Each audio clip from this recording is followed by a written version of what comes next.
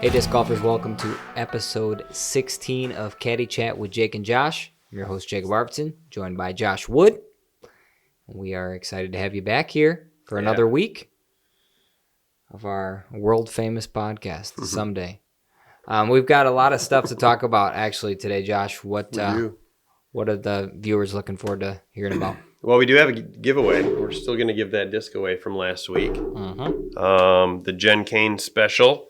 We're going to talk about Leppy Duels a little bit again. We've got the recap of the 45th Wintertime Open that I was really hoping for some coverage of. I haven't seen it yet, but we'll watch it if it comes out. And then, of course, this weekend, the big kickoff of the disc golf season, the Las Vegas Challenge.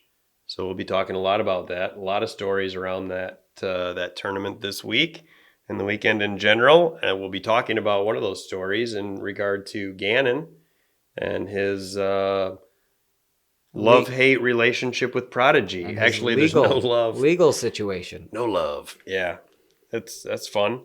And then this week for our featured segment, I guess you would say, we decided to go ahead and do the Nightmare 18. Yeah. So we'll be presenting our front nine of what we think are the worst holes in West Michigan. And we went a couple different directions on that, but we'll get there when we get there. We'll get there when we get there. So stay tuned for that. First, the giveaway. Once again, thank you so much, Miss Jennifer Kane, for donating this to us and allowing us to give this away. She dyed this herself. Beautiful stuff. It's an Escape, and the winner is... That's where the drum roll's supposed to start. Jill Safe. Nice. So congratulations, Jill. Congratulations, Jill. Jill said that she loves the colors and, of course, the sparkles, and she would throw this disc at hole number 5 at Fallsburg. 5 at Fallsburg, up the hill. Yeah. Okay. I like it. So Jill's going to be crushing on the Escape up the hill at Fallsburg. I like it. And Jill will be popping this in the mail for you. We'll be in contact. And we expect to see a video. Oh, that'd be great. We want to see you throwing this. That'd be great. Let me see you throw it at number 5 at Fallsburg. Yeah. So congrats, Jill. Thanks again, Jen, for donating the disc. Yes. And we'll have more giveaways here in the future episodes. So definitely stay tuned for that. Yeah. Talking about more teases, Leppy Duels. We've had 2 weeks so far. Good stuff on the show, honestly. I've had a good time producing it. Josh has been a guest twice now, heading into week 3 this week, with some good topics and some new guests that we're bringing on. So if you haven't tuned into Leppy Duels yet, we're very happy with how it's turned out so far and the content we've been able to provide. So please go support us there as well. Yeah. All right. Moving on. Recapping the Wintertime Open real quick. Not a huge field, and one of our guys that we thought was going to be there, Josh Anton, dropped out. So that kind of narrowed down our own predictions. It's a good thing we did this. That's 2 weeks in a row now. We've had somebody drop out on us. Yeah. But we budgeted, like you said, with a 4th pick, just in case you had someone drop. You could drop your worst score. Yep. How'd that work out for you? It ended up backfiring on me, actually. Yeah. So to recap the scores here, Josh is now killing me. Josh has 48 points overall in the season. 48. I have 65.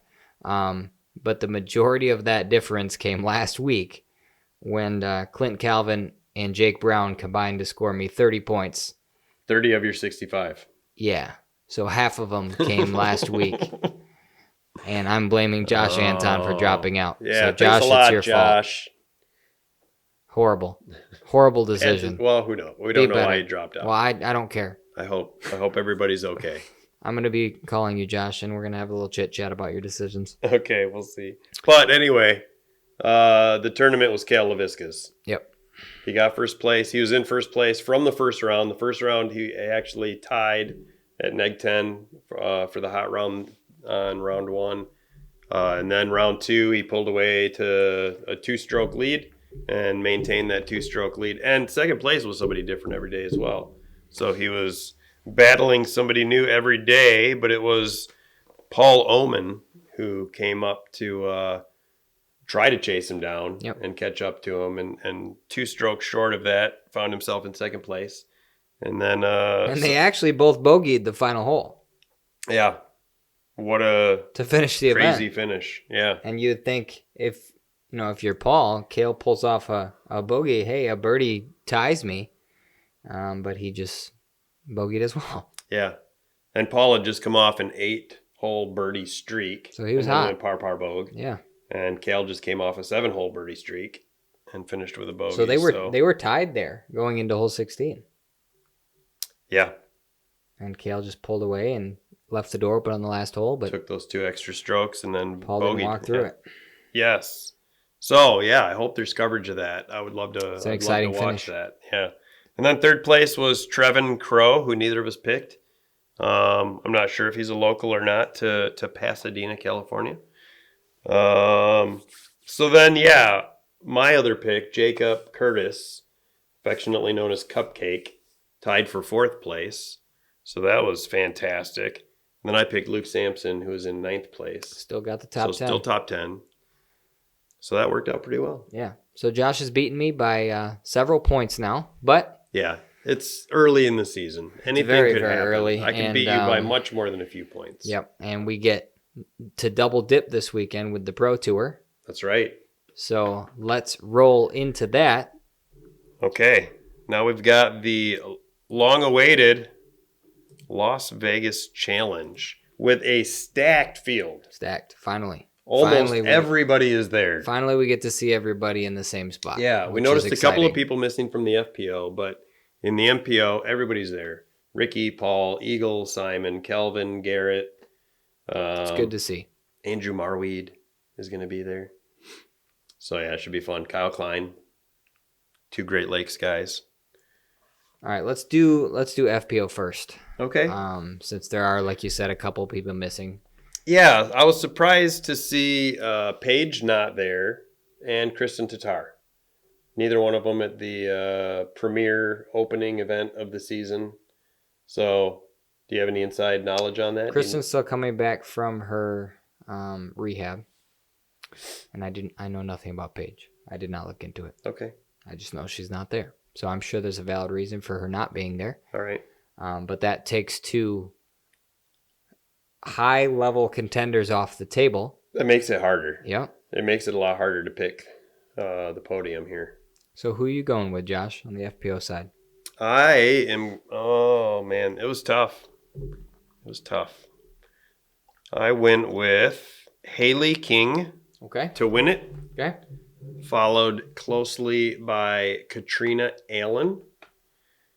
And then one of my favorite FPO players to watch play, Missy Gannon. Yep.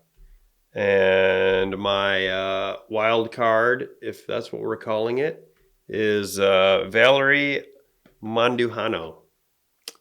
See how well I can pronounce names? Yeah, you were close enough. Val coming over to Discraft. So, brand new bag there. Easy.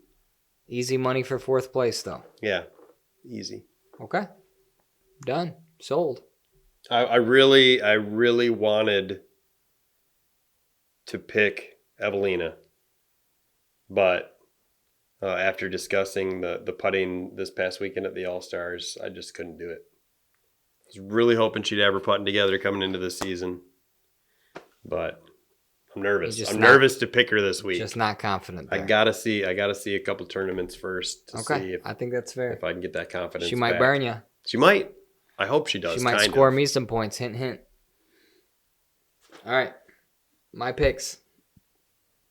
Number 1, taking home the tournament, Katrina Allen. Okay. She's a former champion. Mm-hmm. And she's a former world champion. And she's really good. And Paige and Kristen aren't there. So Kat's going to win. Okay. In 2nd place, Ella Hansen. I like it. She's throwing the disc really far. And when you think about Las Vegas, you think about throwing the disc far. Yep. So I think that gives her a big advantage. Ella takes 2nd place for me. 3rd place, Miss Evelina Salonen. I can't believe you did it. I did it. She's won there before, and I think that's going to give her a little bit extra confidence to boost a couple more feet on that drive, get her inside of 6 feet so she doesn't have to putt. Yeah, she can crush. But yeah, get it within 6 feet. Regardless, she's going to have to knock down a couple of 20-footers to win the event. Yes. The field is too good. Even without Paige and Kristen, she's going to have to knock down a small handful of 20-footers to have a shot. Okay. But third place goes to Evelina, and then fourth place, I agree, Haley King is going to have a good weekend. All right. So those are my 4. Excellent. Well, good luck. Good luck to you as well. Thank you. All right, MPO. We got several storylines over here. The big storyline I want to highlight is the return of Nico Lacastro. Yeah, first tournament back since the European incident. Yes. I love it. I can't wait. Repping a new sponsor. Yep. Throwing new plastic. Pumped about it. Very excited about it. He's a very excitable person. Yes, and I think it's interesting how the narrative around him has kind of not changed. He's still, like you talked about on Leppy Duels last week. If you haven't watched it, go watch it. He's still a heel in the game. Yep. He's still a villain to some people. But he still doesn't know it. He's still not self-aware of that. But at the end of the day, he was a hardcore villain by a lot of people when he got tossed from the European Open last summer.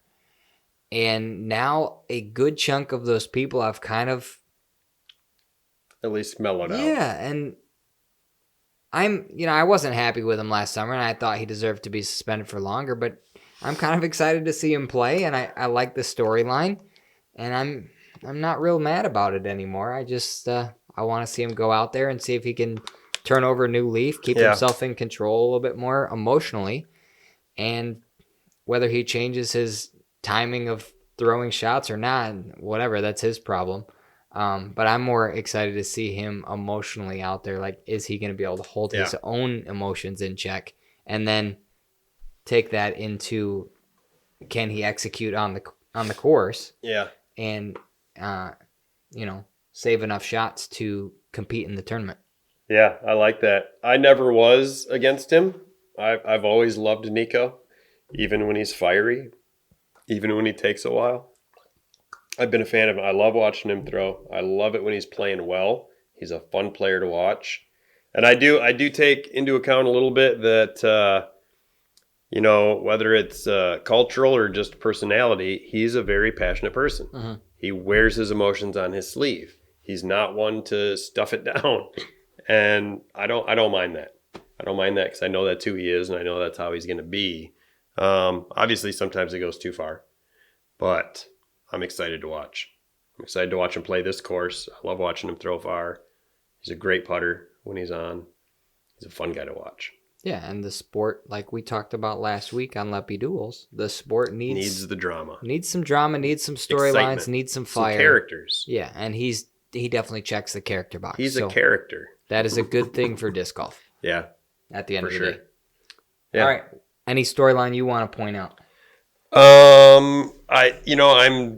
I've talked about a lot of the things that are storylines to me already in regard to Simon and Eagle. I'm excited about Simon and Eagle. I'm excited about Simon revealing how he's doing with his MVP discs. We've all been watching along on YouTube, and we've seen some of the progression in his bag. So I'm excited to see the first tournament. And I'm excited for Eagle's return. I think this is going to be his year. I think he's going to have a fantastic year. But no specific storylines other than that I can think of. Do you think... I guess I'll ask this question first. Do you think Eagle and Simon are going to have any semblance of a rivalry this year on a personal level? No, I don't. I think they could, and I think it would be entertaining and fun, but I think they're both too nice of guys and good friends that it's probably not going to happen. Do you think... But if somebody could create that storyline, I think do you think the media is going to spin that at all, or is it just kind of off limits because disc golf is a bunch of nice guys? I think if the PDGA had some media voices, that were willing to spin some stuff. I think that could be a lot of fun. Maybe we should start that. We're both writers. We could start a new media outlet and stir up some drama and some excitement. But no, I don't think so. Okay. I don't think it's going to happen. Do you? No, I don't either. I think it would be really cool if Simon and Eagle shook hands off the course and said, hey, we're going to have fun with this year. Yeah. Let's both hype each other up, hype the game up, hype the tour up, and like butt heads a little bit in public on the course. Maybe throw a couple passive aggressive comments on Twitter or whatever the case may be. Or in a post-round interview. Yeah, just drop some hints here and there and let people read into it how they may. And you guys know, we shook hands off the course. We're buddies. We can come back after the season and laugh at all of you. But I think that would be really cool. I do too. And I think that's the environment that it could happen in. Two guys that are, they know each other so well and they are really good friends. Yep. That could be a viable work really well. way to go. Yep. I don't think they'll do it, but but that would be cool. A boy can dream. Yeah. Simon, Eagle, do it. All right, so who do you got winning? All right, my picks. Calvin Heimberg is going to win the whole thing. Oh, that'd be awesome. He's really good. Yeah, he is. I have a hard time picking against him. It's Innova's tournament. He's in Innova territory. He's Innova's guy now. Calvin Heimberg takes it down. Second place, bit of a dark horse, or a lot of a dark horse potentially, Gavin Rathbun. Ooh. I really like his game. He's healthy this year. He's fun to watch as well. He's tuned into his discs finally. I really think he can surprise some people this weekend. And the other thing I think about when I think of Las Vegas, there always seems to be 2, 3, 4 guys in the top 10 that are flirting with the top of the leaderboard the whole time, after round one. And they kind of just disappear after the month of February on tour. And not that they disappear like, they just fall off the face of the earth, but they're not in the top 10 consistently anymore. They're more in the top 30. Yeah. So they're still playing much better than you and I could ever dream of doing. Get off to a good hot start. Yeah. And they start with trajectory to the ceiling, and then they kind of cool off. And I think Gavin Rathbun fits that bill. Okay. Because he has the talent to compete. Third, Chris Clemens. Okay. I like that choice. I think he's going to have... Mainly because it's going to get me points, but... No. I think he's going to have a really good year, and people are going to be reminded of that this weekend. Okay. I hope so. He's also... he's a great player who doesn't often get to the podium. Mm-hmm. So I like that. Chris Clemens going to crack the top 3. And who's your wild card? Wild card, not exactly a wild card, but I very much think he's going to compete here. Ricky Wysocki. Oh, what a safe one to fall back on. You don't want to go with another Jake Brown or something. Okay. No, but Wysocki, I don't think he's going to win this event. All right. But I think he'll be in the top 5. So I like it. Taking him in 4th. Okay. I went much more boring and predictable, I think. But I think point worthy. I got Ricky winning it. Okay. I think he's not slowing down. He's one of the best players to ever live, and I think he's going to come out and prove that at Las Vegas, as he does every time he comes out. Like, when was the last time he didn't even make a top 10? I would be curious to look at that. It's been a while. Yeah, I haven't looked at that. Statmando knows. Yeah. So I'm going with Ricky to win it, and then Paul in second place. And I think, and especially I was thinking when those two are both at a tournament together, they're both competing at a very high level. Yes. They push each other to the top, Yep. and I can see them both being at the top at the end of this tournament. Right behind them, I'm sticking with my guns, with my picks for the year overall, and I'm going with Eagle and Simon. Okay. So I think it's going to be Ricky, Paul, Eagle, and then Simon I'm holding out in case one of those 3 drops out. Yep. Just in case. But yeah, I think this is a course that Eagle, I feel like, always plays well on. And I think he's in good shape. I think he's ready. So the only double that we have is Ricky. Yeah. Which is cool. That's very fascinating.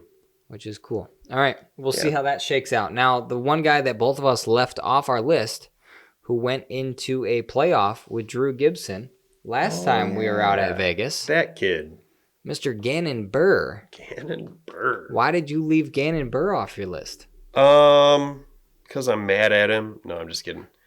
One of the things is I just think his head is swimming right now. And I don't think he's probably going to have his best showing. But he might. He might come out and just play angry golf and just tear it up. He is 17 years old. He might not play. And that... He might drop out. Yeah, also true. There's a lot stirring. Yes. So let's move into that. What's stirring? What's going on with Gannon Buhr? So Gannon Buhr, was it last Monday, right? It was February 13th, I believe. Yep. He released a little Instagram reel where he announced to the world that he was leaving Prodigy. And we talked about it last week. Yep. We were a little surprised. Yep. The timing was strange. Yes. And we now we got to find out why. Yep. Why was the timing strange? It was because January 13th, there was an attempt to fix the contract with Prodigy. It expired on February 13th, so Gannon said, okay, I'm free. Here we go. And he left. And then came the lawsuit. And then Prodigy reacted. So I want to go back to the video that he posted. Sure.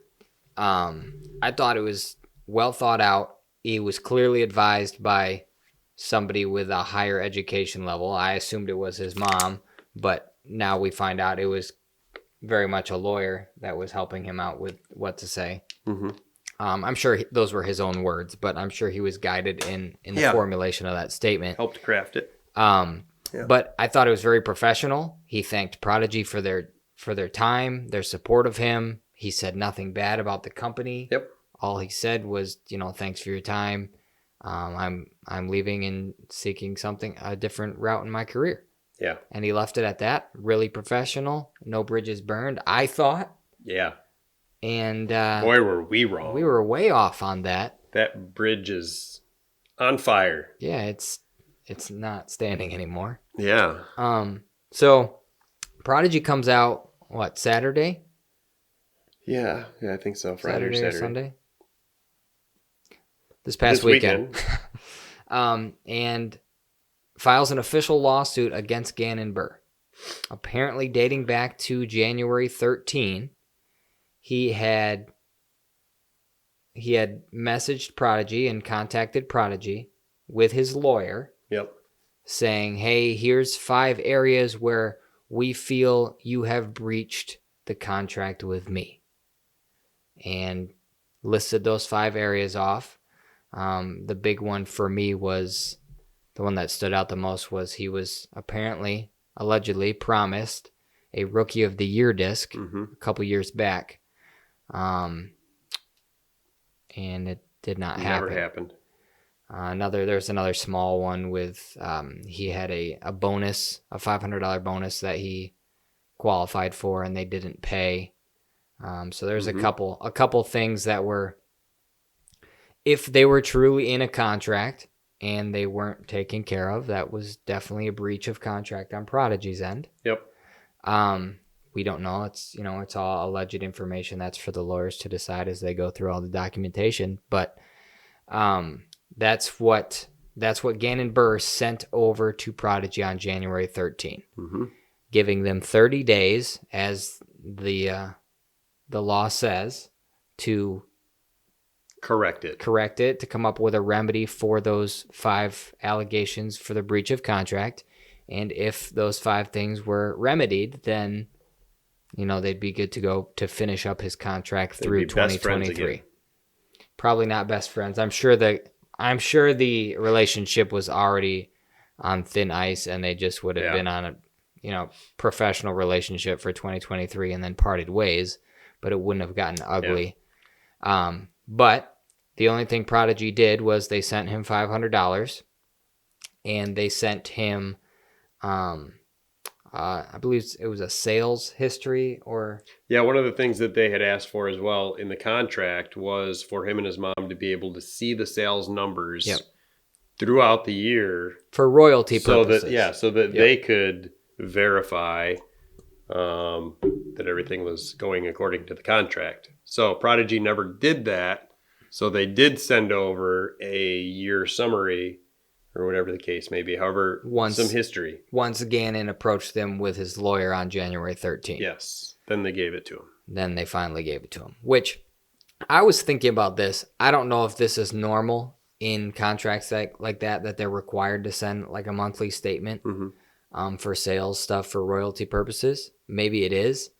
But the fact that that's in there to begin with kind of shows some distrust to me, because I guess if I'm sitting there as a professional player, I don't really need, if I'm signing with a company, right, and I believe in them and what they're pitching and what they're selling, I don't need to see something monthly. Yeah, heck yeah, I would want to see something every, biannually or something like that. Yeah. But I don't need to see something monthly. Request, maybe, I don't know. Yeah. Yeah, but I think, one of the things was it's Gannon and his mom, Gannon's 15, 16 years old when this happens, when they sign the contract. The current contract, So, of course, they're going to be a little leery and they're going to be careful. Fair. So I think they were just being proactive and trying to make sure that they were being smart and not leaving anything on the table, so to speak.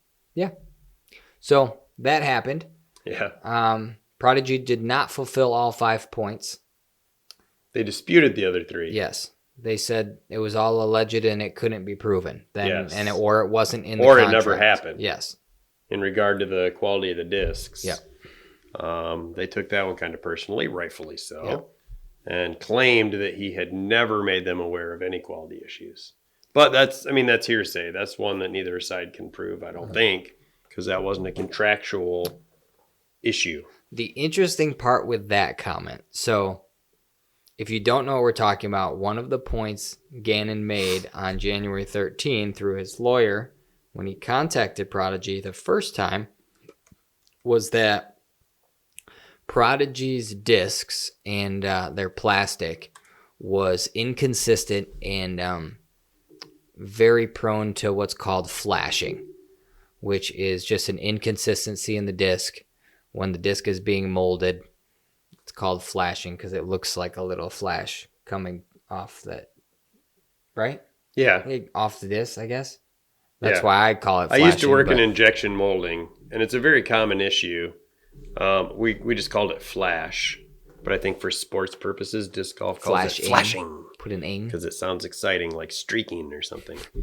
But it's just because exciting? If the pressure between the two halves of the molds isn't tight enough, plastic can seep out that the line around out of the mold, parting line of the mold. And parting lines are important. We can talk about that some other time in regard to stability.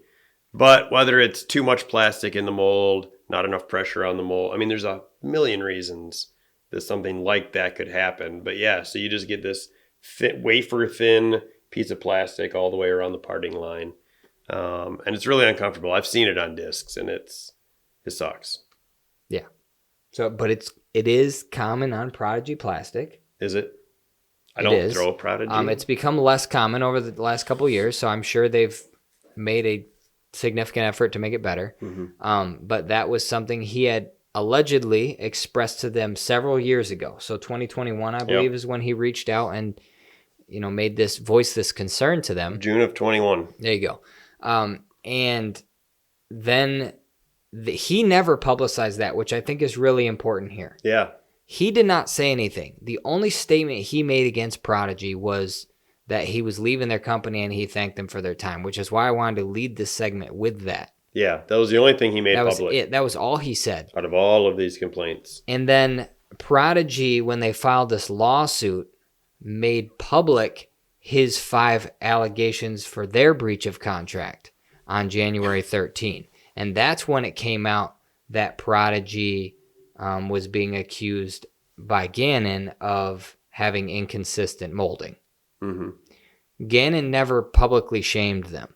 They publicly shamed themselves by releasing that statement. So by Prodigy coming out and saying multiple times after they filed this lawsuit, like through official statements, that Gannon was, slandering them essentially. Yeah. It's bogus. Yeah, they're actually slandering themselves. They did it to themselves. He did not publicize that whatsoever. They're the ones that publicized it. So Yeah. that's really frustrating to me. Yeah. Like, you guys are burying yourselves at that point. Yeah. It's Now, silly. now to the actual lawsuit. What do we have here? What's going to happen? Do you have any speculation or? Oh, speculation. Yeah, I don't know that contractually Gannon has a whole lot of room to stand.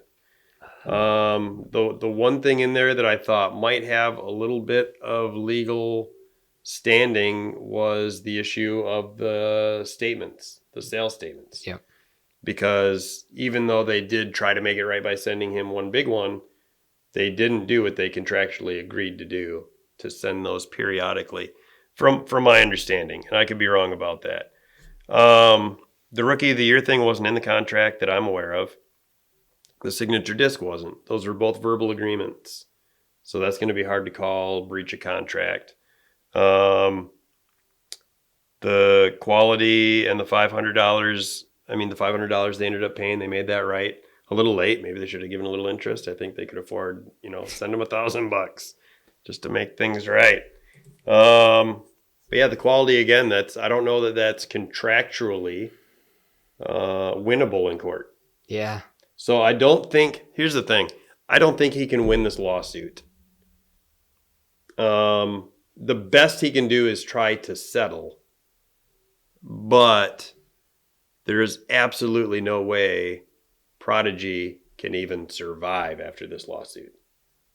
Whether they win or they not. They can win the lawsuit. Is what you're saying. Okay. And they are dead in the water. I think if nothing else happened, they've already committed suicide. They already sunk their battleship. They did. I think what a bad look to sue one of your own players. I understand there might be reasons to do so, but again, the way that they went about doing it, number one, it's unprecedented in our sport. It's absolutely bizarre. It's a horrible look for Prodigy to make this public like this. And at the end of the day, I mean, who throws Prodigy anymore? Kevin Jones. Who we said on Leppy Duels is probably the player to sell in the buy, hold, sell. So, I mean, it's not looking good. I know there's some other players that throw Prodigy here and there, but I think they'll survive if Isaac Prodigy Robinson goes under. being one of them. Yeah, and Kale. So I feel bad for them having to find a new sponsor, but I think they'll survive. All right, when Prodigy fails. One final question on this segment.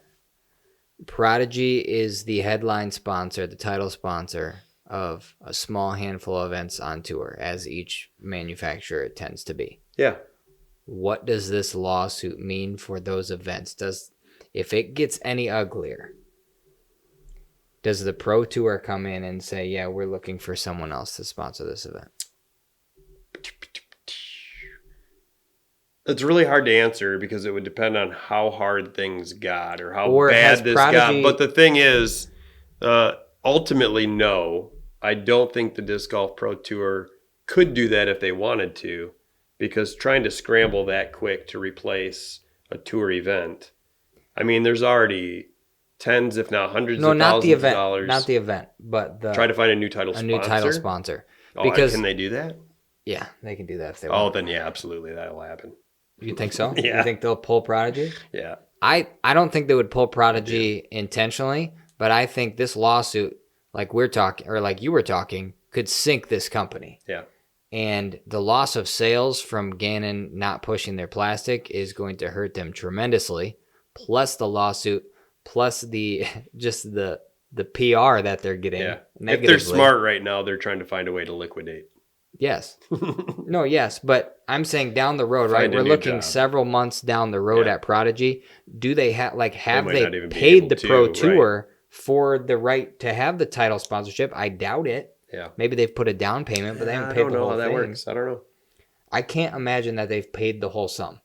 So if they're hurting for cash, I have a hard time thinking that they're going to be able to. Yeah. So they might not get kicked out. They might have to pull out. Yes. Okay. That's just a thought I had. All right. That's a good thought. Further developing, we'll have more thoughts from our 4 panelists on Leppy Duels, so more reason to tune in for that this weekend. Oh, baby. Yeah. But what do we got next here? So next we're moving to our Nightmare 18. Nightmare 18. This was put together kind of fast in the sense that I'm not sure I was emotionally ready to insult people like this.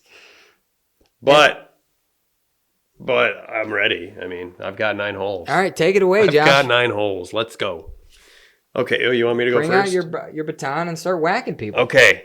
Hole number 1 for my Nightmare 18 is one of my favorite courses in the world that I've ever played. Before you say it, define Nightmare 18 for the folks at home. Okay, sure.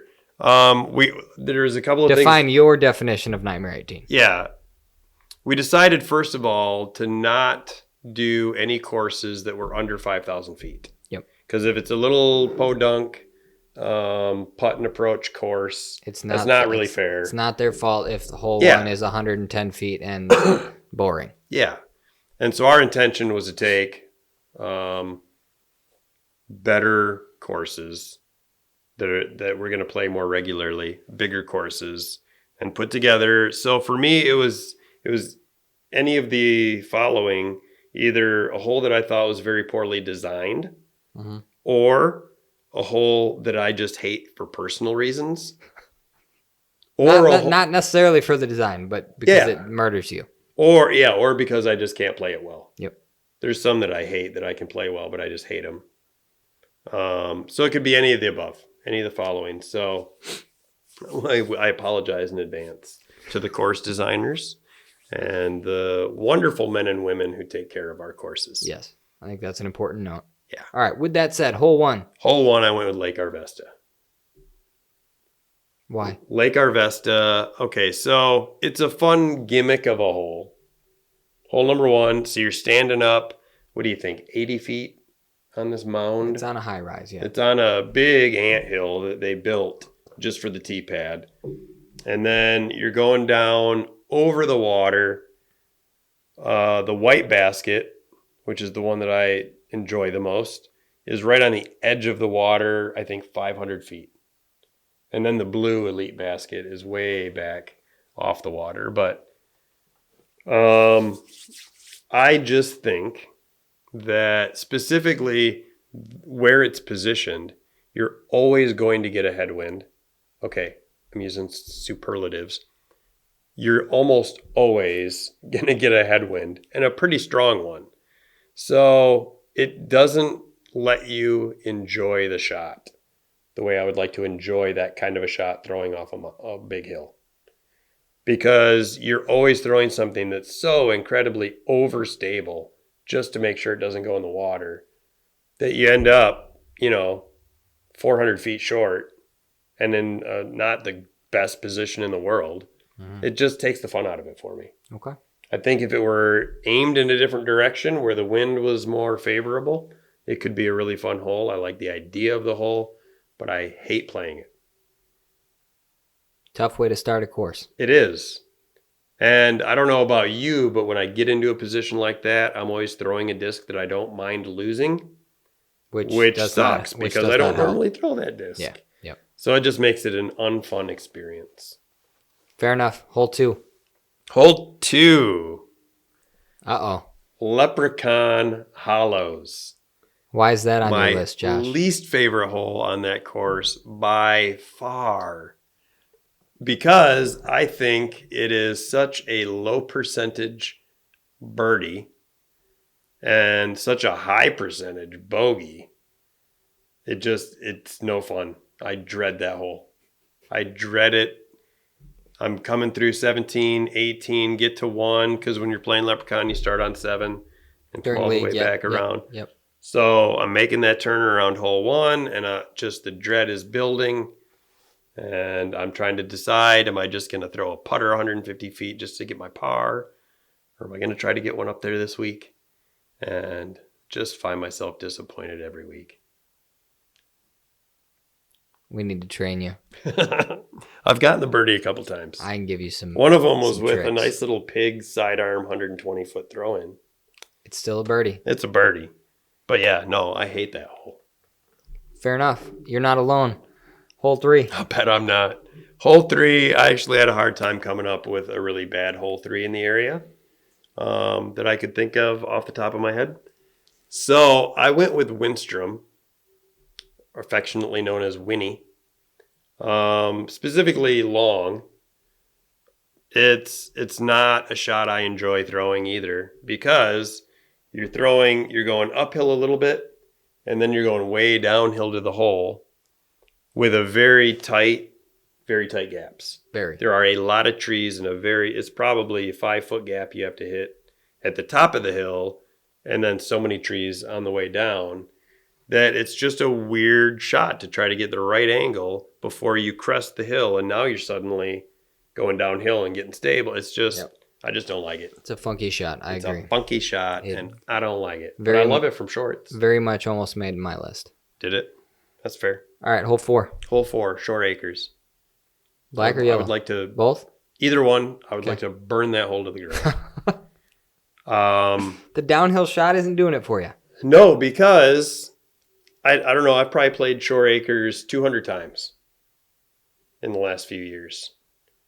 And I bet you my percentage of times that I have made it to the bottom of the hill is 20%.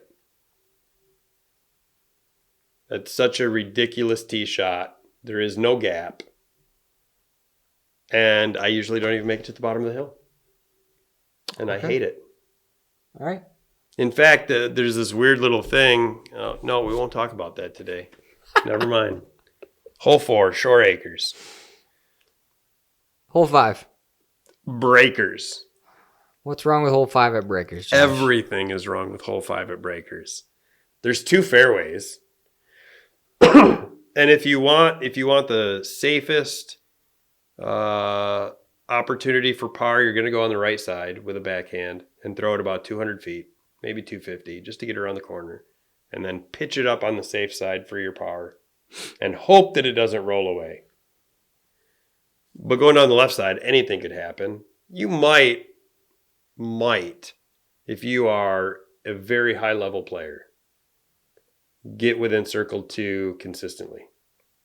But that is a really tough shot. Most of us are just trying to hit this little landing zone. And again, pitch up for the safe par and hope we don't roll 300 feet back to hole 4.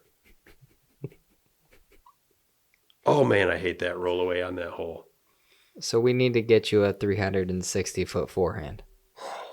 Sure. Okay. I'll take that. And that would save you some strokes. It would save me some strokes. Yeah, so let's work on that this summer. But I will still not like that hole. Fair enough. You have every right to not like that hole. All right, hole 6. Back to short acres we go. Short acres getting some shots thrown. Yeah, but specifically this time, I'm going with hole 6, the yellow position, which I know a lot of people love. Mm-hmm. Actually, you probably like that. It's kind of shaped well. I still don't think it's a fair hole. It is shaped well for me. Yes, I birdie it a lot. Because of the hill and because of the trees, the way they're positioned, again, it's kind of a crapshoot. You could get a really good throw up there half the time if you're lucky. Mm-hmm. But more often than not, you're going to come into that hill on a bad angle and you're going to roll all the way down that hill and still be left with a really difficult 150 to 200 foot up shot. I just don't think it's a very fair hole or a very well-designed golf hole. I don't think it's a good golf hole. So that's my hole 6. I think your statements are fair there. Thank you. I do like it if it's in the black position. Okay. I like that shot. Okay. So for what that's worth. Hole 7. Hole 7. I went with Paw Paw. Or, what is it? Makatawa Green Space. Officially Paw Paw. It used to be Makatawa Green Space. Oh, is it official? Yeah. Officially Paw Paw. So Paw Paw is a beautiful course, first of all. And I think, I'm sure I've told you this before. It's one of the most beautiful courses. Except after a thaw, except in the middle of summer. I was getting to that. It's one of the most beautiful courses if the township would take care of it or let us take care of it. Yeah. Anything. Yeah. But the rough is rough, and it's pretty much unplayable from April to late September. Unfortunately. And if it ever rains at all, there's 3 holes that are under a foot of water. Yes. But it's a beautiful course. If you can catch it on a dry day when the rough has been mowed, it's one of my favorite courses to play. We got really lucky this year, late fall. It was still warm enough to play several times. Mm-hmm. And I was really thankful for that. However, hole 7 is garbage. It's garbage. Why is it garbage? Pretty much because I can't ever get there. I can't play it well. That is fair. So yeah, this one, 300? Roughly, yeah. Maybe It's not super. It's not super long. It goes way downhill through a valley, then way uphill, and then it's perched on the top of the hill, and then it goes way downhill into the creek. Steep drop on the back. Very bad rollaway potential there, which I have been the victim of. With a river involved if it rolls too far. Yeah, I call it a creek, but whatever. Water. Deep water. There's water there. It's possible if the water's flowing, you might never see your disc again. Yes, it can have a good current to it. So yeah, I don't like it. I just don't like it. Totally fair. Hole 7. Hole 8. Hole 8. I'm going back to breakers. Uh-oh. I feel like this is a hole that was designed because they said we need to get over here to hole 9 for the pond hole, but we're way back here at 7. What do? Well, let's just put a basket up there at the top of a hill with a 100-foot drop off behind it that goes to the railroad tracks. And a tee shot angle that makes no sense. That is almost impossible. So yeah, I would like to know if hole 8 has ever been aced. Absolutely. And how many times? Well, I would like to know what, I don't think it's a high percentage.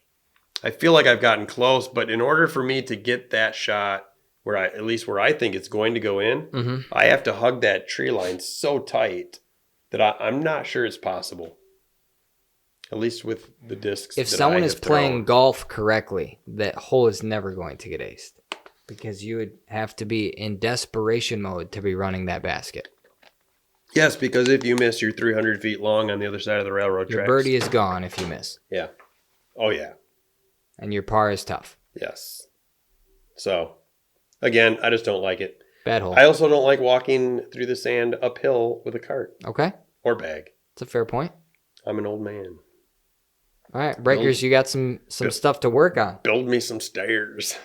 Josh, hole 9, round it out for us. Here's the thing, though. First of all, I want to say, here's my caveat. Uh-oh. I've already listed breakers twice, and I'm going to warn you, there's going to be some holes on the back 9 that are coming from breakers. But with all that, breakers is one of my favorite courses for a couple of reasons. One is it's just a couple of blocks away from my house. That's a good reason. It's a great reason to love that course. But I also do love that it gives you a variety of shots as a whole, that course does. A lot of wind to work your wind game, and yet some good not so windy wooded shots. There's some great holes there, and it can be a lot of fun to play, and I like it. I just have a problem with a few holes. With the example being it made the list for both of us on the Dream 8 team. It did. It had an appearance for both of us. So, and let's just remember, there's a couple of acres back on the other side of 4 and 7 where we could put a couple more holes and fix the problem with 8, redesign 5. We can do some stuff. There's room there if you guys want to make it happen. Yeah, so Josh and I are open to help. All right, hole 9. Hole 9, I went to the Rat's Nest. Yeah, that's it. Rat's Nest. Do I have to say anything else? Any reason why? Yeah, because it sucks. No, probably because the first time I played it, I lost one of my favorite discs on it. And every time I've played since, maybe it's because that's in my head, but I just can't get a good shot off that tee. It's such a tight fairway and such a shape that I don't know. I just don't like it. All right, bad hole. 9 and 18. They're both kind of shaped the same on that course. They're similar. They're very similar shots, and I hate them both equally. All right, fair enough. So 18 might be making an appearance? It might be, but there's a lot of bad 18s. Watch out, there. Lakeshore Disc Golf Complex. We'll see. All right, my list. Gonna bang this out quick because we're taking forever. We're talking too much. Did I talk too much today? No, we talked a lot about Gannon Buhr. All right, hit it. Rightfully so. Number one.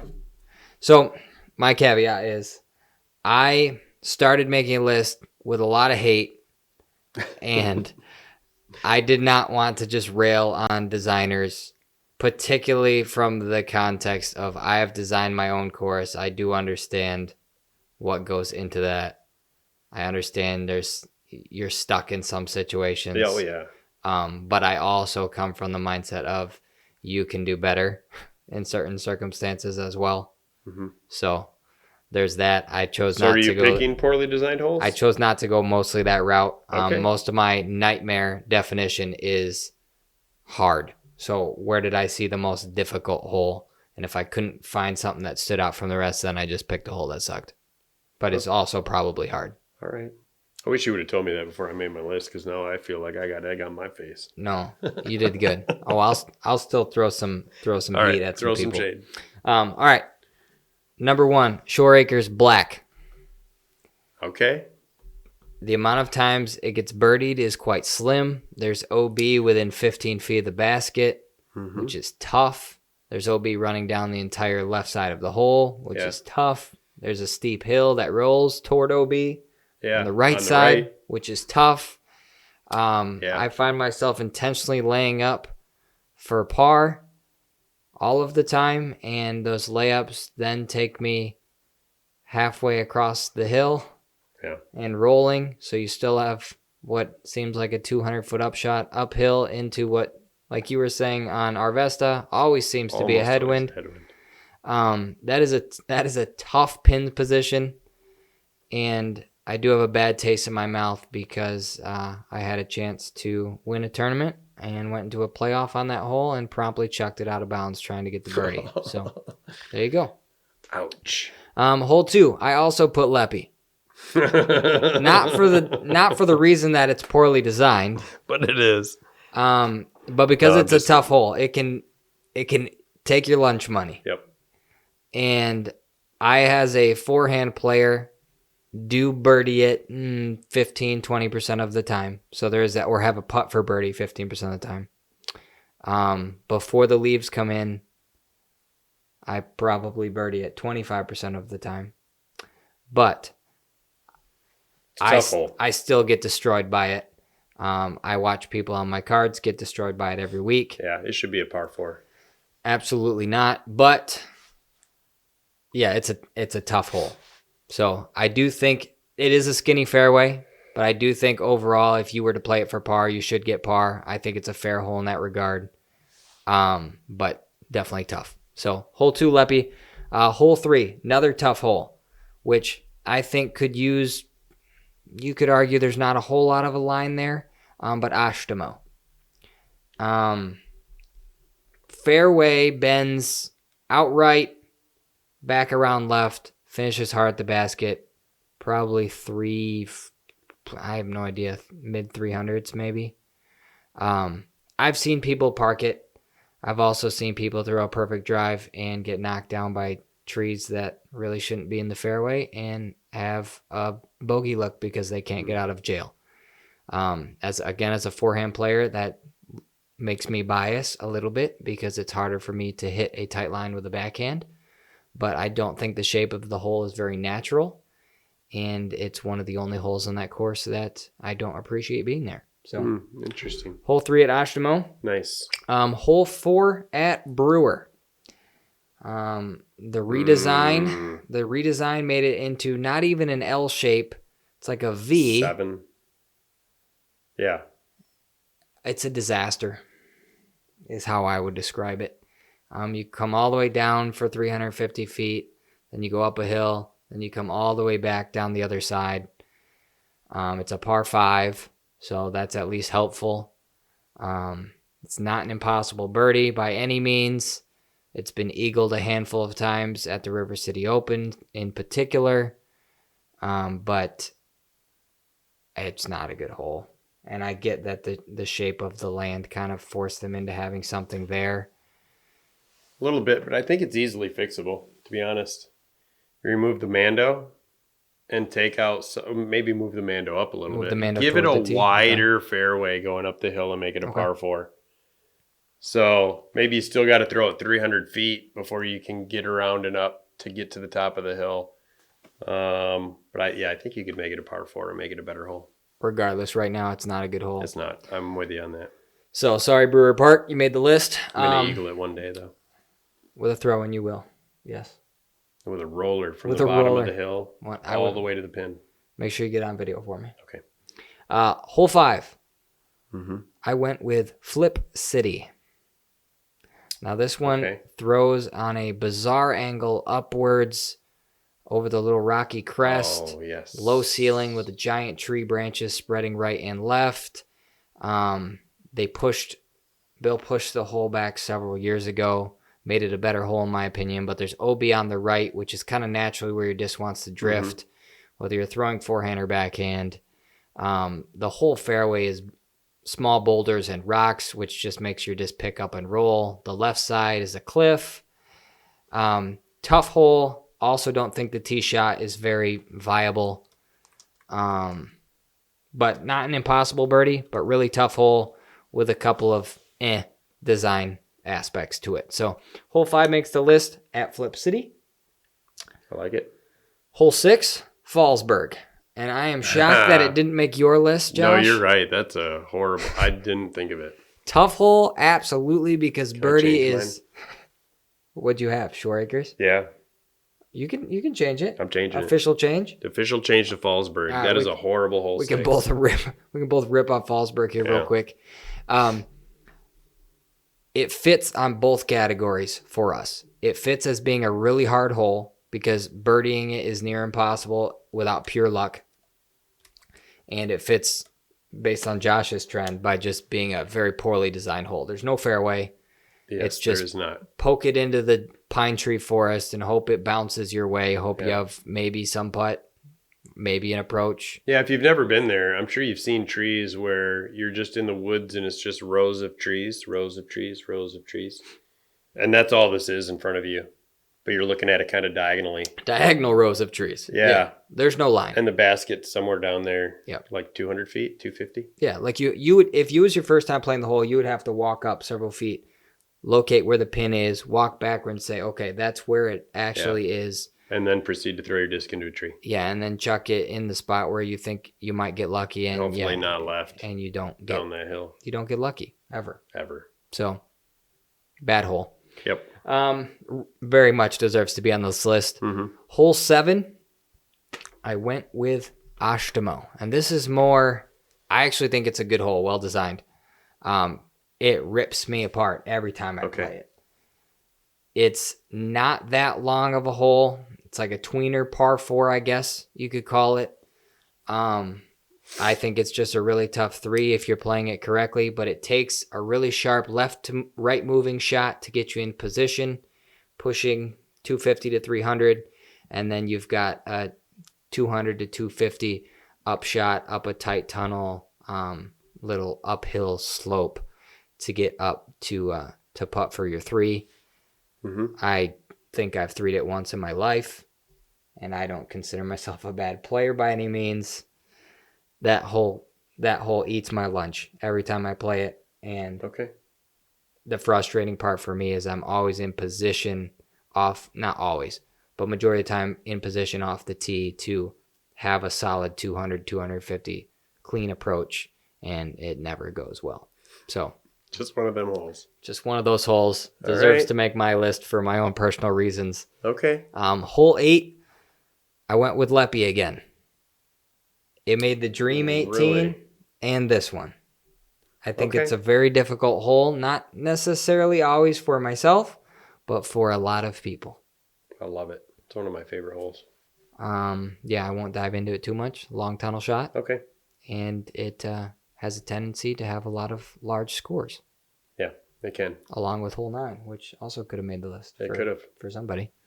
Won't make it for me, though, because I went back to Flip City for hole number 9. And this is Not because it's hard. Well, I mean, it's hard because it can give you big numbers consistently, but it's a horrible hole. It was redesigned 2 or 3 years ago to move some tight spots around between 9, 10, 11, which I think was a good change for safety reasons and pace of play. But the design change, quite frankly, sucks. It's a short 210-foot shot with no fairway. You throw into what you think is the fairway. It never goes well, much like Fallsburg Hole 6. Mm-hmm. And it's just a disaster of a hole. I wish it didn't exist. Especially with the hype that course gets, rightfully or not. I have my own opinions about Flip City being a deuce or die haven. But regardless of whether you think Flip City is a good course or not, that hole does not belong there, and it is a bad hole. So, okay. I'll get off my soapbox now. All right. I like it. I think Flip City is going to make my back nine. All right, so stay tuned. There's your tease. Back nine of the Nightmare 18 coming next week. Hear what your local amateurs have to say about courses that they don't like. Yeah, and just holes that they don't like. Yeah, and a quick reminder too, DGN has shifted their viewing options for their free round. It used to be the final round was free. Now they're shifting that to the first round. Yep. So if you're looking for free disc golf for Las Vegas, make sure you tune into YouTube on Thursday. Either way. Tomorrow. Tune in both days just to see. No, but yeah. What do you think about that? What do you think about that shift? Makes more sense. It makes more sense for them, money wise, and I understand why they're doing it. There's more storylines as well on day one for commentary purposes. I hate the shift to live coverage. Sorry. Maybe we'll dive into that in a future episode sometime. All right, we'll see what happens with Gannon Buhr this week. Yes. See what happens at Las Vegas this weekend, and make sure you're tuning in to Leppy Duels because we got a lot to talk about this weekend. Yeah. So we'll see you next week. And until then, keep your head in the game.